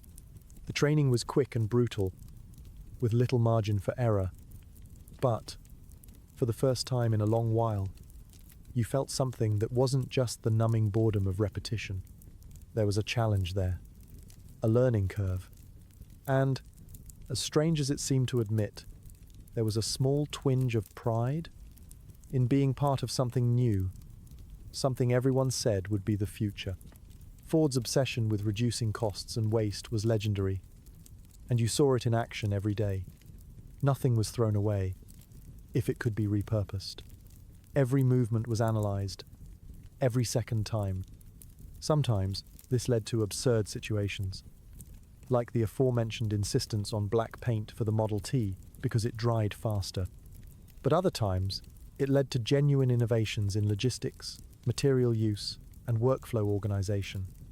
It was a mindset that permeated the entire company, from the factory floor to the executive offices. And, like it or not, it was changing the way the world produced things. You didn't become a Henry Ford enthusiast overnight. Far from it. The memories of the sociological department, the arbitrary dismissals, and the constant pressure were still very much alive. But amidst the feverish construction of the Model A, you began to understand, however reluctantly, why that man, with all his flaws and contradictions, was considered a visionary by so many. There was a driving force there, an almost manic energy that, when channeled into innovation instead of micromanaging others' lives, was capable of moving mountains, or, in this case, putting millions of cars on the roads. This reluctant admiration, however, was always tempered by a healthy dose of cynical realism, because you knew, with the certainty of someone who had seen the old man on his less inspired days, that the line between genius and monumental stubbornness was, in his case, extremely thin. And it was only a matter of time before one of his great ideas met a significant practical obstacle, and stubbornness would enter the scene with the force of a runaway train, taking everything and everyone in its path. And you, of course, would be right there, in the middle of the tracks, trying not to be crushed. And, like a self-fulfilling prophecy seasoned with a good dose of industrial pessimism, it wasn't long before Henry Ford's monumental stubbornness spectacularly collided with the harsh reality of physics, logic, or sometimes simple common sense. That brief period of reluctant admiration for his innovative genius was quickly overshadowed by a series of firm decisions that made you and your colleagues scratch your heads in bewilderment. before sighing and simply trying to make the impossible happen. Because, in Ford's kingdom, the old man's will was law, even if the law defied gravity or the concept of a 24-hour workday. One of the most classic examples, which you witnessed with a mixture of fascination and horror, was the legendary saga of the single color. While the Model T, in its last days of forced glory, still rolled off the assembly line invariably black. You can have any color car you want, as long as it's black. The famous phrase that echoed like a divine and somewhat monotonous commandment. The arrival of the Model A promised a rainbow of possibilities. Well, perhaps not an entire rainbow. More like a few discrete shades of green, grey, and maybe a blue, if the old man was feeling particularly adventurous. However, the transition to this slightly expanded color palette was not without its stubborn hiccups. There was a specific batch of paint, a particular shade of green, that Ford, for some unfathomable reason, decided was the green, the definitive green, the green that encapsulated the American spirit, the robustness of the worker, and probably the color of his favorite breakfast cereal. The problem? Nobody else liked that green. The paint engineers muttered about its tendency to fade under the harsh Detroit sun. Salesmen complained that customers found it resembled the color of a sick swamp. Even Clara Ford, the most daring rumors suggested, had subtly hinted that perhaps a slightly more cheerful shade. But Ford was Ford. If he decided that sickly swamp green was the new black, then, by God, sickly swamp green it would be. And woe betide anyone who openly disagreed. The result was a series of tense meetings, where experienced engineers tried to present data, samples of other colors, consumer preference charts, a science Ford probably considered heresy, only to be met with a cold stare and the unshakable assertion that the public doesn't know what it wants until we show it to them. It was stubbornness elevated to the category of marketing strategy. A peculiar strategy, but undeniably Ford. On the factory floor, the order was clear. The cars would be painted that green. And if the paint faded, apply a thicker coat, he reportedly ordered. And if customers didn't like it, they'll learn to like it, was the implicit answer. You and your colleagues on the paint line. Fortunately, you were still in assembly, but the stories ran rampant, had to deal with the consequences. Batches of swamp green cars that seemed to get sadder with each day they spent in the yard, waiting for a buyer with particularly eccentric taste, or a total lack of aesthetic sense. It was a monument to stubbornness. On 4 wheels, and with a surprisingly good engine, despite the color, this obstinacy wasn't limited to aesthetic issues. It infiltrated technical decisions, production processes, everything. There was the story of that new metal alloy Ford insisted on using for a certain engine part. Metallurgists warned it was prone to cracking under certain temperatures. They presented reports, tests, evidence. Ford, who trusted his instinct more than piles of scientific paper, dismissed the concerns. Nonsense. It's stronger, lighter, and cheaper. Make it work. And so, the workers had to redouble their care in casting. Inspect each piece with paranoid rigor, knowing that any failure would invariably be their fault, not the boss's genius choice of material. It was in these moments that cynicism on the factory floor reached its peak. When Ford says, "Paint it black," "You paint it black," Jedediah would mutter, while tightening a bolt with unnecessary force. Even if what he gave you to paint is a duck, and he'll still complain the duck isn't quacking with the expected efficiency. The phrase became a sort of unofficial mantra among the workers, an expression of the futility of arguing with the inevitable and the necessity of just following the order, however absurd it might be. But amidst this shared frustration, something curious happened. A kind of camaraderie was born from the collective suffering. When everyone is in the same leaky boat, rowing against the tide of the captain's stubbornness, a bond is formed. There was a tacit understanding, a shared look that said, "I know, this is madness, but we're in this together." Jokes about the old man's latest, brilliant ideas were whispered in corners during hurried lunch breaks, and the laughter, however bitter, was a small act of rebellion, a way of maintaining one's own identity in the face of pressure to conform. You remember one time Ford decided that a particular conveyor belt should run at a speed that, according to every engineer's calculations, was physically impossible for the existing bearings. The order came from above: "Increase the speed." The engineers tried to explain. They were ignored. The mechanics tried to adjust. The bearings overheated and broke. The line stopped. Ford appeared, furious, blaming incompetence and lack of dedication. He demanded they fix it immediately.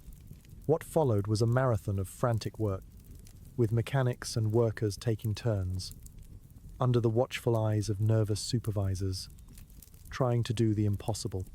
They improvised, used tricks not in the manuals, probably violated a few laws of physics and workplace safety, and, somehow, after hours of sweat, grease, and muffled curses, the belt was running again, not at the absurd speed Ford wanted, but a little faster than before, enough for him to declare victory and stalk off, muttering about how all it took was a little effort.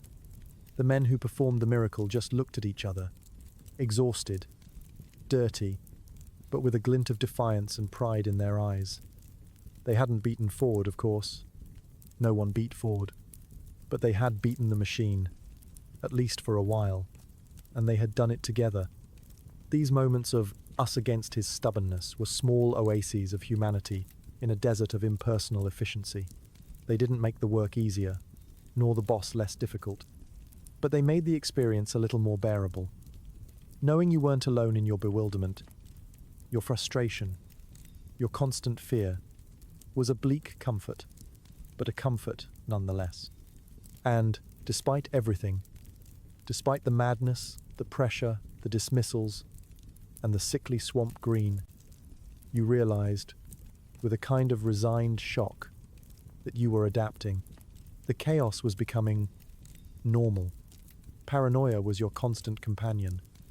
Absurd orders were just another day at the office, or rather, in the factory.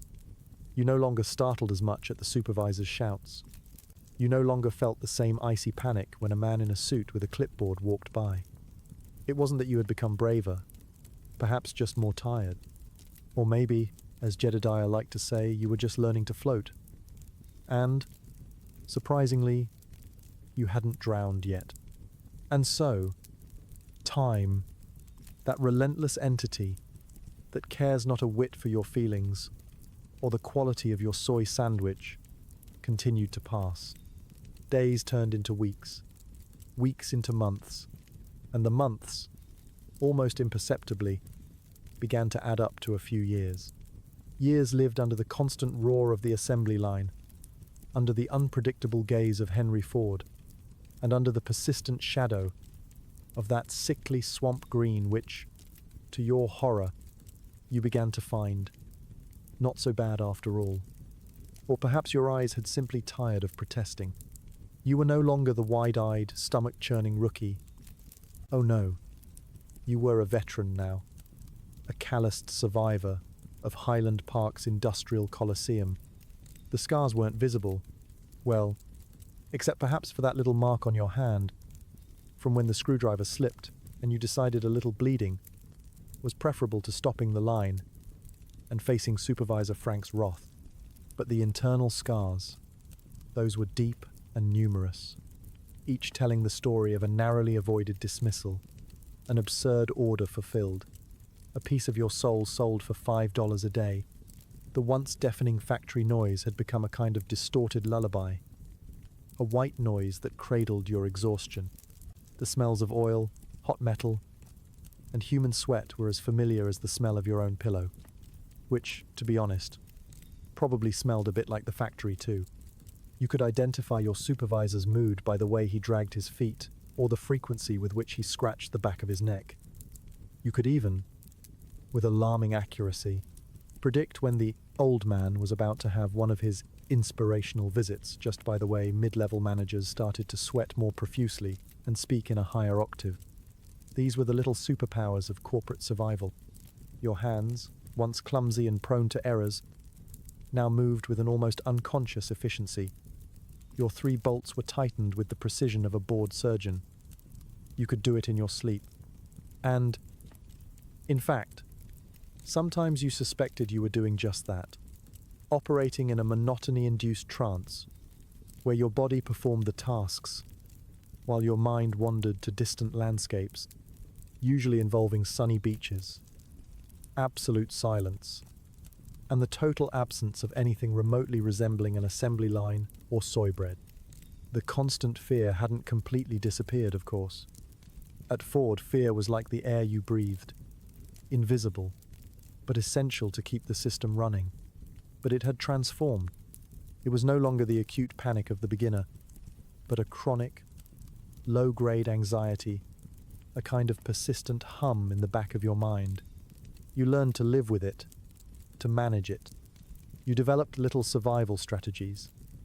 Keep your head down, your mouth shut, and your expression permanently busy. Never be the first to arrive, nor the last to leave. Avoid direct eye contact with anyone above your hierarchical level, unless absolutely unavoidable. And, above all, never, ever, under any circumstances, offer an unsolicited opinion on absolutely anything. The strangest thing was that, at some point along this journey of attrition and adaptation, the idea of leaving Ford began to seem frightening. As frightening as staying, perhaps even more so. The factory, with all its madness and oppression, had become your world. A bizarre, dysfunctional, but familiar world. Out there was uncertainty, the unknown. In here, at least, you knew the rules of the game, however cruel and arbitrary they might be. It was the perverse comfort of known captivity. You found yourself thinking that if you were fired tomorrow, you wouldn't know what to do with the silence, or with the absence of that oil smell that seemed to have permeated your very bones. One day, a rookie was assigned to the station next to yours. A young lad, with the same scared, lost look you probably had when you arrived. He fumbled with the tools, dropped parts, and Supervisor Frank was already starting to acquire that purple tone of voice that preceded an explosion. And to your own surprise, you found yourself giving the kid some discreet tips, showing him a trick to align the part faster, a way to hold the tool that avoided fatigue. You didn't do it out of altruism, not exactly. Maybe it was to prevent his incompetence from delaying your own production. Or maybe, just maybe, it was a distant echo of your own humanity, refusing to be completely extinguished. During the lunch break, the rookie, whose name was Billy, and who looked about 15 years old disguised as 18, approached you, his eyes still full of that reverent dread that newcomers usually had for veterans who hadn't yet been fired. "Thanks for the tips, sir," he said, his voice a little shaky. "I was really lost." You shrugged, trying to seem indifferent. "Don't worry about it, kid. You get the hang of it. Is it always like this?" he asked, looking around at the controlled chaos of the factory, at the tired faces of the other workers.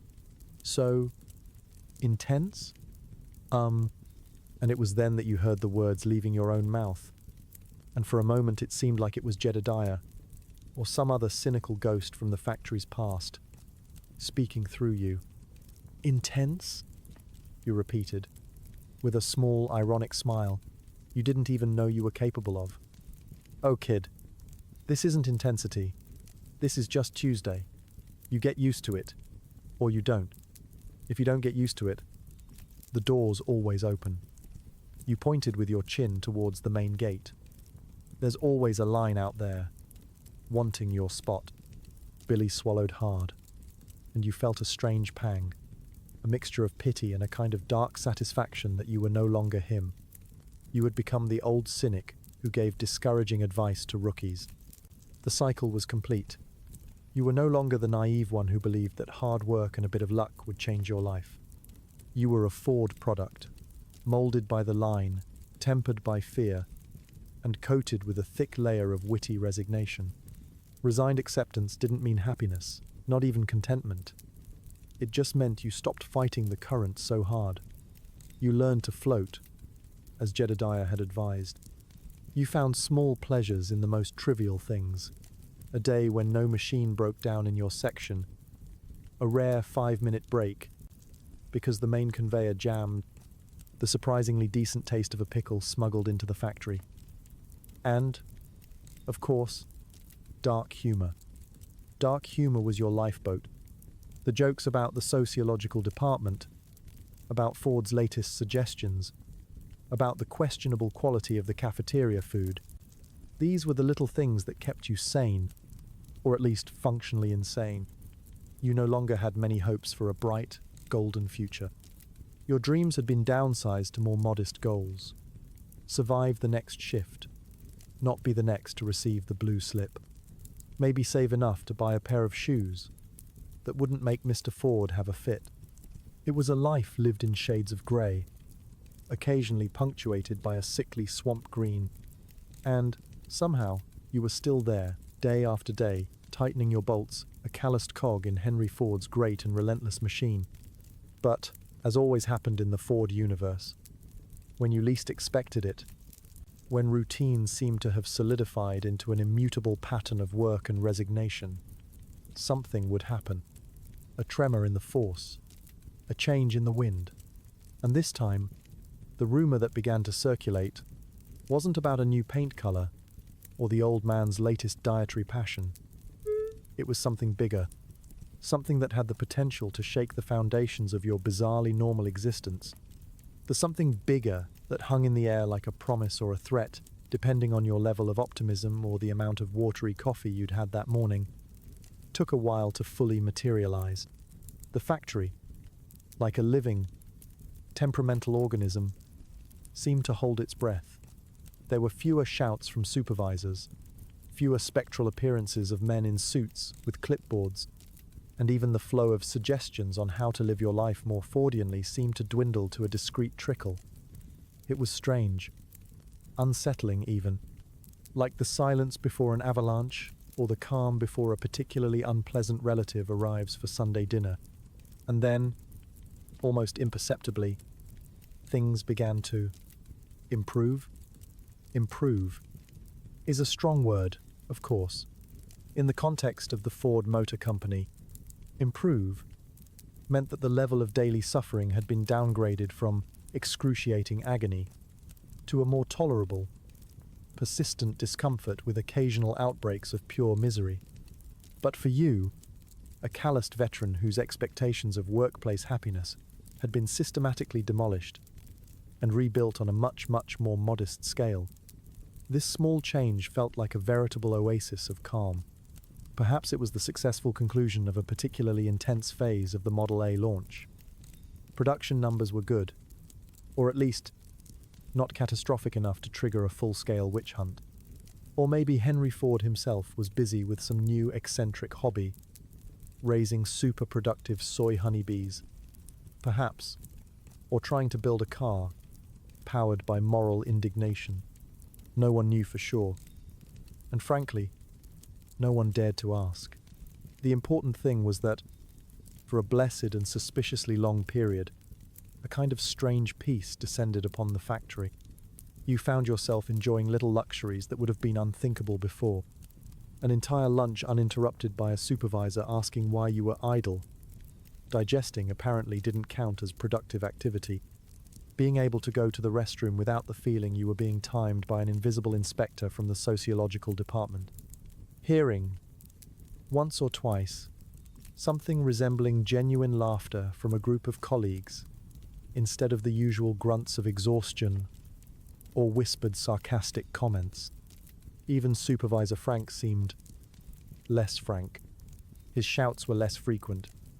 His face had lost that permanent purple hue. And once you almost swore you saw him sketch something that could, with a lot of goodwill, and under the right lighting, be interpreted as a smile. It was such a shocking moment.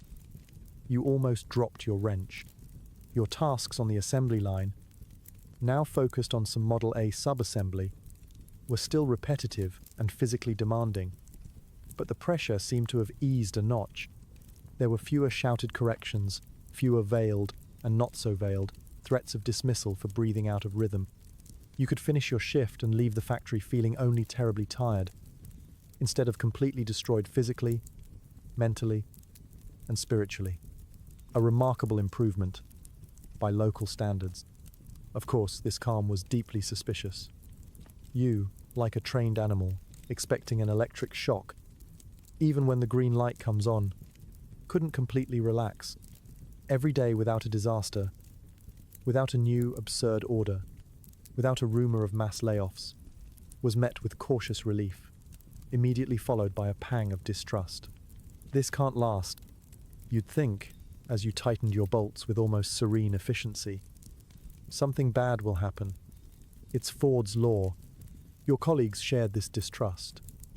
It's too quiet, Jedediah muttered one day, looking around as if expecting the walls to start bleeding or Ford to appear dressed as a clown announcing a new policy of mandatory workplace joy. It's like the eye of the storm. Or maybe the old man finally took a vacation.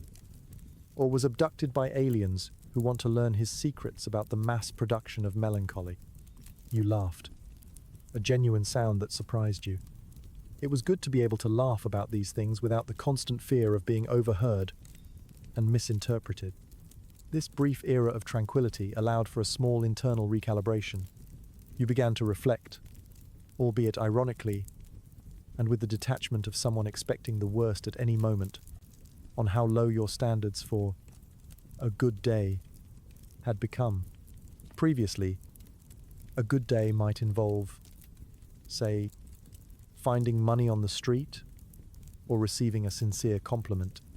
Now, a good day was simply a day when no one yelled at you for more than 5 minutes straight, and your lunch sandwich didn't taste like wet sawdust.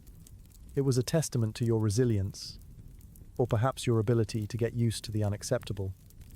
Probably a bit of both. You even started to have time, or courage, for small conversations with colleagues that went beyond, "Pass me that tool," or "Watch out for the oil on the floor." You discovered that Mikey, the lad who previously seemed permanently terrified, had a surprising talent for imitating the supervisor's mannerisms. Something he only did when he was absolutely sure none of them were nearby, of course. And that Jedediah, beneath all that cynical armor, wrote surprisingly delicate poetry in his rare moments off, usually about birds and a longing for a countryside he had left behind. Little glimmers of humanity that the Ford machine hadn't yet managed to completely crush. But, like a clock that inevitably strikes the end of recess, this golden, or perhaps just polished brass, era of relative peace was not destined to last. The calm, as you and Jedediah suspected, was merely the prelude to something more, and the first sign that things were about to return to their normal state of controlled chaos with hints of despair came in the form of a memo. Memos at Ford were usually bearers of bad news. New rules, cost cuts, opportunities for unpaid overtime. This one, however, was different. It was vague, enigmatic, and spoke of a departmental restructuring to optimize synergies and maximize proactive efficiency, or some other corporate word salad that meant absolutely nothing but smelled like trouble. The buzz started almost immediately. What did restructuring mean? Which synergies would be optimized? And the most important question hanging over everyone's heads, how many people would be maximized off the payroll? The strange sense of normality that had settled in began to dissipate like smoke, replaced by the old, familiar anxiety. The discreet smiles vanished. Conversations became tenser, more speculative. The air in the factory grew heavy again, charged with the static electricity of uncertainty. That oasis of calm of yours, so brief and so suspect, was about to be swallowed by the quicksand of Henry Ford's next big idea. And you, as always, were right there, at the edge of the desert, waiting to see if you'd be buried or if, by some miracle, you'd manage to find another camel to ride. The memo about restructuring to optimize synergies hovered over the factory like a particularly well-dressed vulture with an unnecessarily complicated vocabulary. No one knew for sure what to expect. But experience had taught that when Ford management started using words with more than 3 syllables, it usually meant someone, somewhere down the food chain, was about to have a very bad day. Or several. That brief period of suspicious calm evaporated like water on a hot griddle. Anxiety returned with full force, now seasoned with a new layer of incomprehensible corporate jargon. The factory corridors buzzed with speculation. Would it be mass layoffs disguised as strategic realignment? Forced transfers to departments even more infernal than the ones they already toiled in? Or perhaps mandatory attendance at seminars on proactive synergistic thinking, led by some bored relative of Mr. Ford? The possibilities were all equally depressing. You, already a master in the art of discreet observation and interpreting micro-expressions of panic on your superiors' faces, noticed the changes. Closed-door meetings became more frequent. Engineers and managers bustled about with even more haste than usual, carrying stacks of papers that looked like they contained plans for the Normandy landing, or perhaps just the list of who would be synergistically optimized out of the company. Amidst this growing apprehension, you began to find yourself doing something you rarely did, reflecting, not just on how to survive the next shift or avoid the supervisor's gaze, but on the bigger picture, on the time you had spent there, in that fortress of noise and relentless efficiency, on what on earth you were really doing with your life, besides tightening bolts and developing a worrying tolerance for the taste of soy. You looked around, at the assembly line stretching like an endless metallic serpent, at the machines roaring and grinding in an industrial symphony that no longer bothered you as much as it should. You saw the faces of your colleagues, some new and still with a glimmer of hope, or was it just the reflection of the dim lighting? Others old and marked by toil, like your own. And you thought about Henry Ford's legacy. There was no denying his impact. He hadn't just built cars. He had built a new way of working, a new way of living.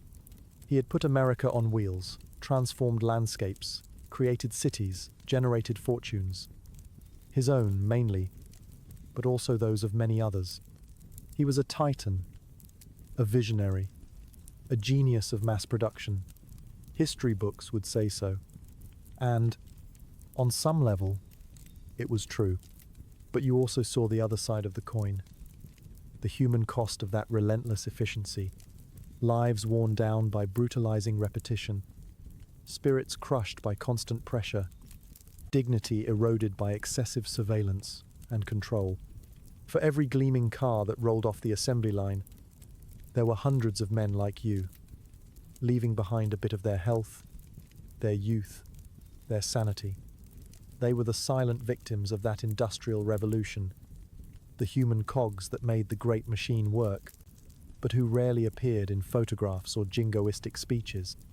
You thought about Ford himself, a man of astounding contradictions, capable of technical genius, bordering on the supernatural, but also of childish stubbornness and prejudices that would make a caveman blush, a champion of the American worker. As long as that worker lived exactly as he thought they should, ate what he dictated, and preferably didn't have too many ideas of their own.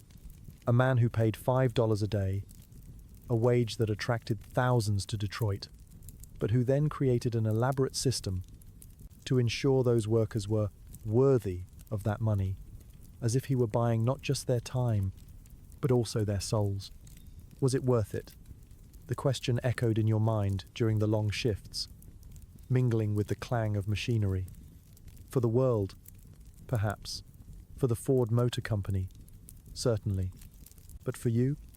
What had you gained besides a wage that barely covered expenses, an encyclopedic knowledge of different types of bolts, and an impressive ability to look busy. You had learned to be resilient. That was certain. You had learned to swallow your pride, to endure the unbearable, to find humor in the darkest corners of existence. You had developed a thick skin, a kind of emotional armor that protected you, or at least cushioned the impact, from the small and large cruelties of daily life. These were valuable survival skills, no doubt. But were these the skills you dreamed of acquiring when you first walked through those gates, full of naive hope? Probably not. You observed the changes around you. The factory was no longer the same as when you arrived. New machines, new processes, new faces. Some of the old friends, like Jedediah, were still around, increasingly stooped under the weight of years and work, but still with that spark of ironic defiance in their eyes.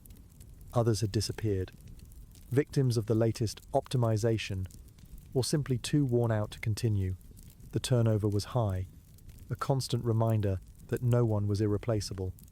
And you? Where did you fit into all this? You were no longer the scared rookie, but you didn't feel like one of the company's pillars either. You were more like an old piece of furniture, a bit worn, but still functional, that the company kept around out of habit, or perhaps because they hadn't yet found a cheaper, more efficient replacement. The thought of the future, which you once actively avoided, because it usually involved more of the same, or worse, began to creep into your mind more frequently. Did you see yourself doing this forever? Tightening bolts until your fingers turned into arthritic claws? Listening to Ford's moralistic speeches, or those of his successors, until your ears bled? The prospect was desolate. D. Maybe it was age setting in, or maybe it was just the accumulated fatigue of years living on the edge. But a new sensation began to sprout in you, mixed with cynicism and resignation, a kind of restlessness, a vague desire for something more, or perhaps just for something less. Less noise, less pressure, less soy. The contrast between Ford's grand vision for the future of industry and the grueling reality of your daily life never seemed so stark. He dreamed of empires, of steel and efficiency. You dreamed of an afternoon off and a sandwich that didn't taste like cardboard. There was a moment, during one of the rare unscheduled breaks, due to yet another breakdown of some overloaded machine, when you found yourself looking at one of the new model as awaiting final inspection. It was a beautiful car, undeniably. Elegant, modern, a quantum leap from the old, stubborn Model T.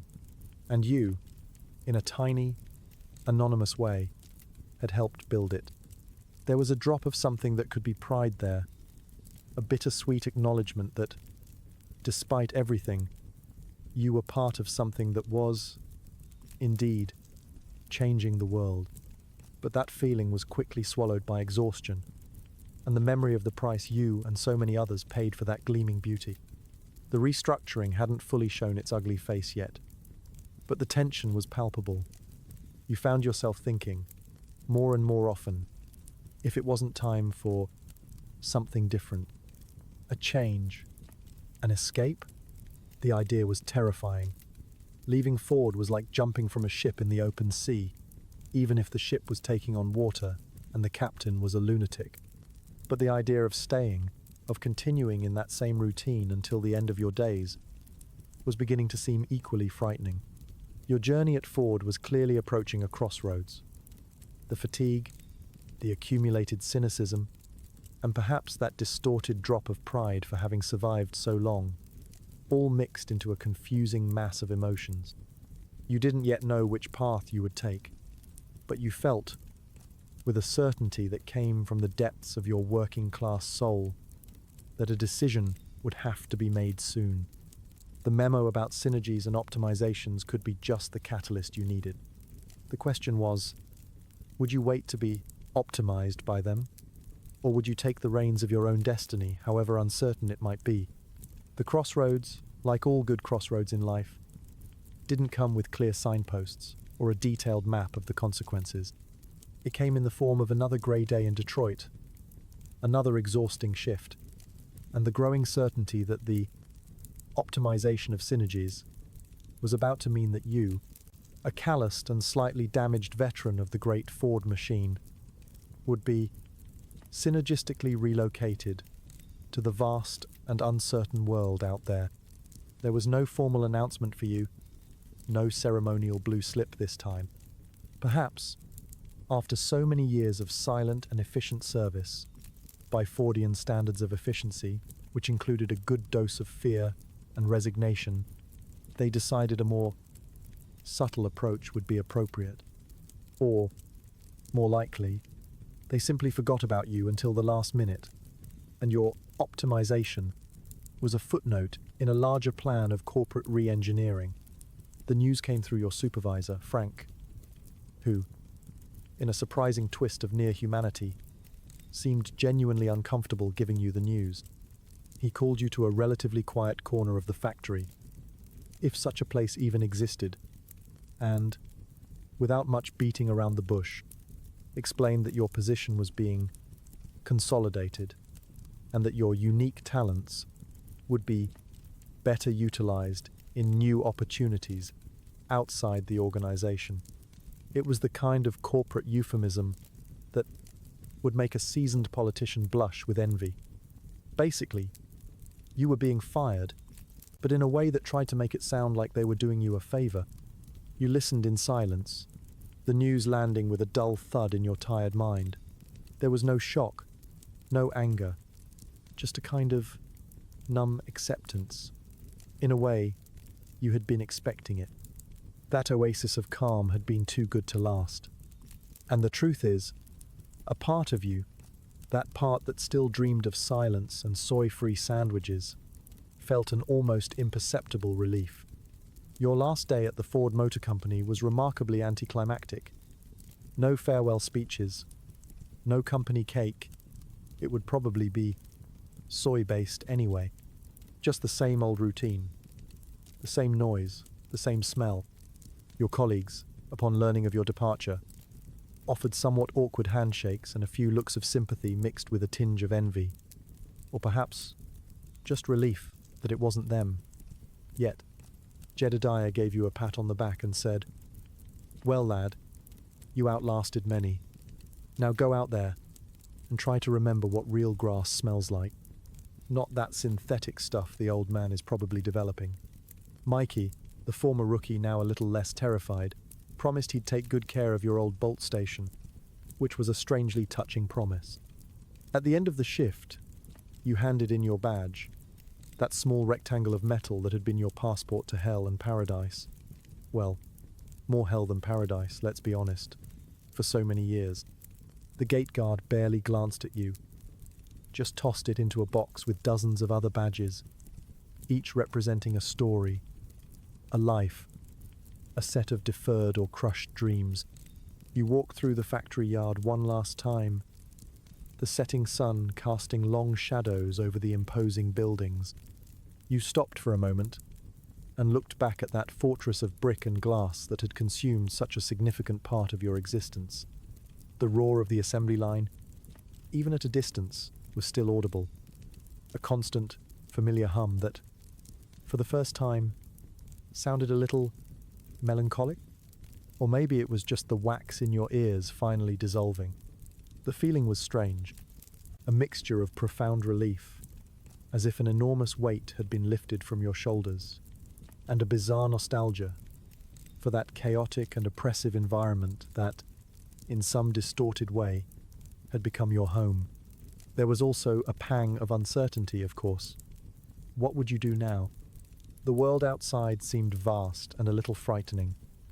After so long living under the strict and predictable, even in its unpredictability, rules of the Ford universe.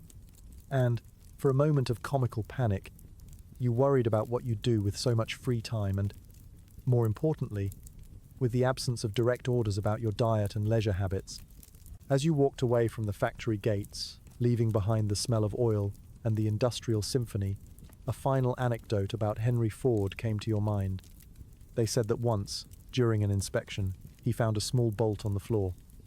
Instead of simply ignoring it or telling someone to pick it up, he stopped all production, gathered the engineers and supervisors, and gave an impassioned 30-minute speech about the cost of that single lost bolt.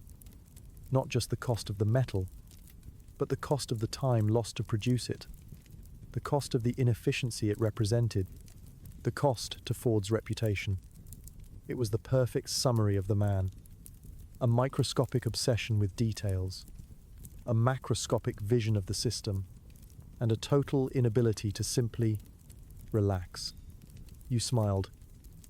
Goodbye, Mr. Ford, and thank you for the nightmares, the survival lessons, and an inexhaustible stock of stories that would make any modern corporate happy hour look like a picnic in the park.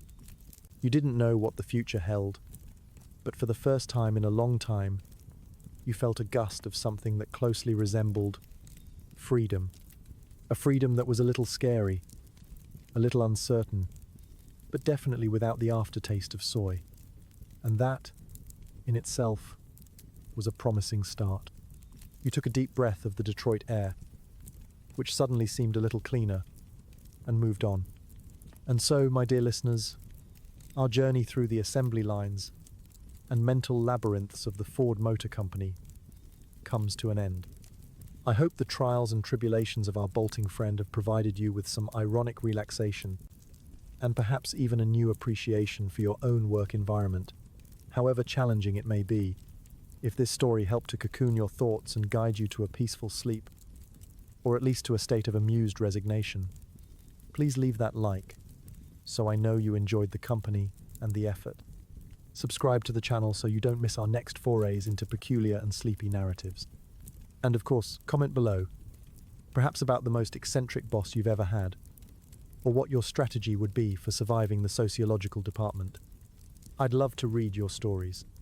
Now, take another deep breath. Release all the tensions of the day, all worries about deadlines, memos, and misplaced bolts.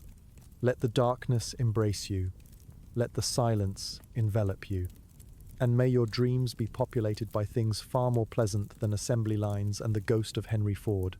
Sleep well, and until the next story.